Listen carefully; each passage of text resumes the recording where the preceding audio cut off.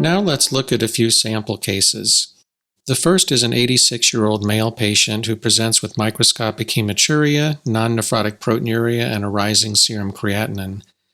Since in this case he has microscopic hematuria, we'll start by looking at phase contrast here with the 40x objective to look for the presence of dysmorphic red blood cells or acanthocytes.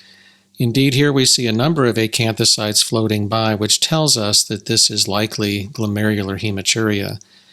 Also note in contrast, the normal red blood cells under phase contrast appear bright white and round, symmetrical, compared to the acanthocytes, which appear very dark here. Here on a different slide, with Sternheimer-Malbin staining under the 10x objective, we start by setting up cooler illumination, first by focusing on the subject, then closing the field diaphragm, adjusting the condenser focus until the outline of the field diaphragm is in good focus, and then opening the field diaphragm until the light fills the field of view.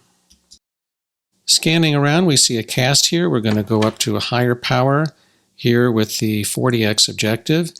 And focusing up and down, we can tell that there are cells within this cast. They look like red blood cells, but we can't quite tell what else might be there. So we'll go up to the 100x oil objective, looking a little closer. Focusing up and down, we see red blood cells. These are very fresh red blood cells without much sign of degeneration.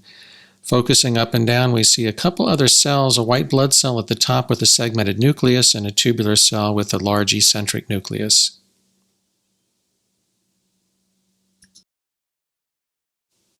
Here we'll switch back to an unstained slide under phase contrast with the 10x objective, scanning around. We come upon a pigmented cast. We can't quite tell whether it's a granular cast or a cellular cast. On the 40x objective under bright field, here we can see that this is cellular.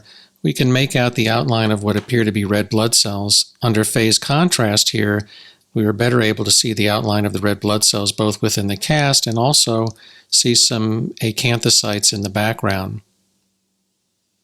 This cast appears to be degenerating. We can see the outline of the red cells, but within the interior of the cast it looks more like pigmented granular material. Here on the 100x oil objective we get a much better view. We'll see an echinocyte or crenated red blood cell floating by there.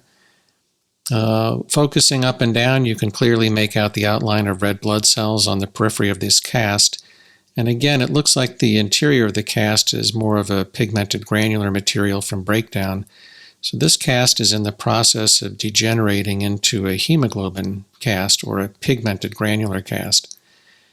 We see a few acanthocytes floating by, some tubular epithelial cells adherent to the outside of the cast.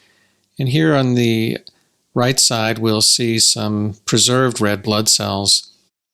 In this case, the ultimate diagnosis was microscopic polyangiitis. This next case is a young girl with a history of IV drug abuse, bacterial endocarditis, acute kidney injury, and hematuria. Her sediment had red blood cell casts, mixed cellular casts, but also the unexpected finding of trichomonas, seen here. You can also see identified a couple glitter cells and a tubular epithelial cell.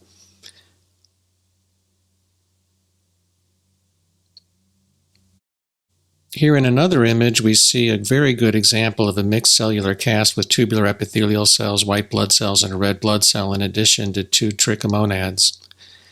The presence of white blood cells, tubular cells, and red cells suggests that this is an inflammatory or proliferative GN with tubular injury. Here, a diagnosis of necrotizing crescentic GN. Here in this next case, we have a 45-year-old female with diffuse pulmonary infiltrates, hematuria, proteinuria, and a rapidly rising creatinine. This looks like a cast under low power phase contrast. We're going to go in for a higher power view with the 40x objective. First setting up cooler illumination. We'll center the image of the field diaphragm and open it to fill the field of view. We'll adjust the lighting. We see what looks like a red blood cell cast, but it looks like there may be some other cellular elements here. We'll focus up and down a little bit, and then we're going to change to phase contrast. This is Still with the 40x objective, you can clearly see the outline of the red blood cells. You can also see clearly some dysmorphic red blood cells in the background. Now we're under dark field. We can adjust the lighting a little bit, get a better image. You can see the outline of the red blood cells in the cast. You'll also notice in the background, as we focus up and down, we can focus on the red blood cells in the background and very clearly see the outline. You can differentiate dysmorphic red blood cells and acanthocytes using dark field microscopy when you don't have phase contrast available.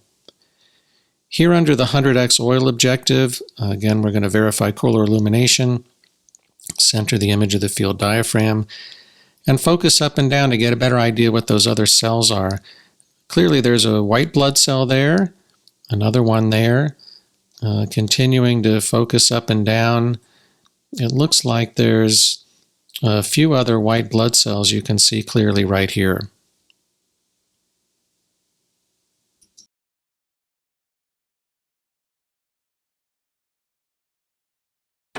We're now going to switch to a Sternheimer-Malbin stain slide. Here under the 100x oil objective, we see a mixed cellular cast. This looks like predominantly red blood cells, but there are other cells there. We're first going to verify color illumination, center the focused image of the field diaphragm, and then open up the field diaphragm to fill the field of view. Then focusing up and down, we can clearly see these look like white blood cells based on a segmented nucleus.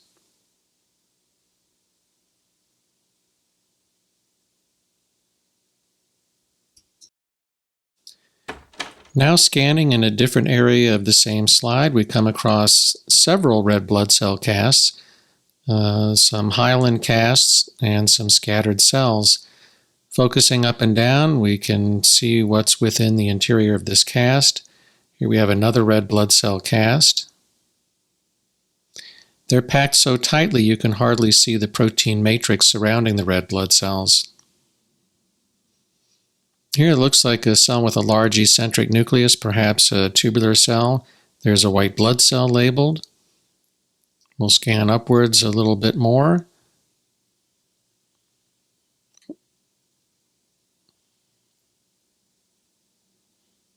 Here we see another red blood cell cast. Focusing through this, we see the presence of a white blood cell right in the middle of this cast. You can see the segmented nucleus well here. Here on another area of the same slide, we come across a broad cast. It looks like it has a waxy character to it, but also contains a number of cells. We'll also notice several white blood cells. If you look closely, you can see the granular motility.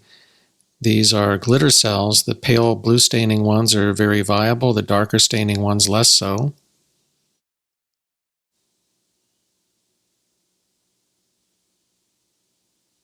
Then as we look closer within the cast, focusing up and down, we can see that these are mostly red blood cells. But there's one structure on the right that looks like a red blood cell, but it's a little different color, it's a little larger. Can't quite tell what this is. So we'll insert the polarizer and the analyzer and see if this gives us a clue. Now we can see what looks like a very clear Maltese cross pattern. When we rotate the polarizer, it's clear this is a lipid droplet. So what initially looked like it might have been a red blood cell under polarized light is lipid. The diagnosis in this case turned out to be anti-GBM disease.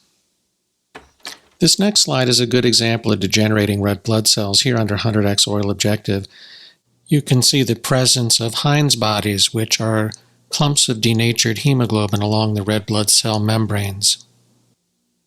Here magnified an additional 150%.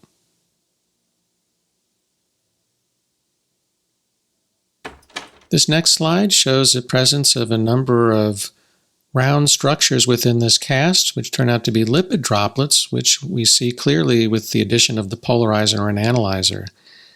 As we rotate the polarizer, you can see these very clear Maltese crosses. We'll focus up and down to see all of the different lipid droplets polarize. As we rotate the polarizer, you get a nice rotating Maltese cross here. Here is an example of a mixed cellular cast seen under phase contrast. We're going to go in for a closer look under the 100x oil objective. This is an unstained specimen. As we focus up and down, you can see the different cell types. Now focusing up and down in a different section, we can clearly see these large eccentric nuclei, which are tubular epithelial cells, and the segmented nuclei, which are white blood cells, and then the red cells, which have a very smooth homogeneous cytoplasm. In our last example, we'll see another mixed cellular cast here under phase contrast. With the 40x objective here, we'll need to get a little better resolution, so we're going to go to the oil objective. Focusing up and down, we note a number of different cell types here. The large eccentric nucleus shows us the tubular epithelial cells. The droplets appear to be lipids, and there are also red blood cells. That's the end of our sample cases, and now we will go back to review the next steps and some useful resources.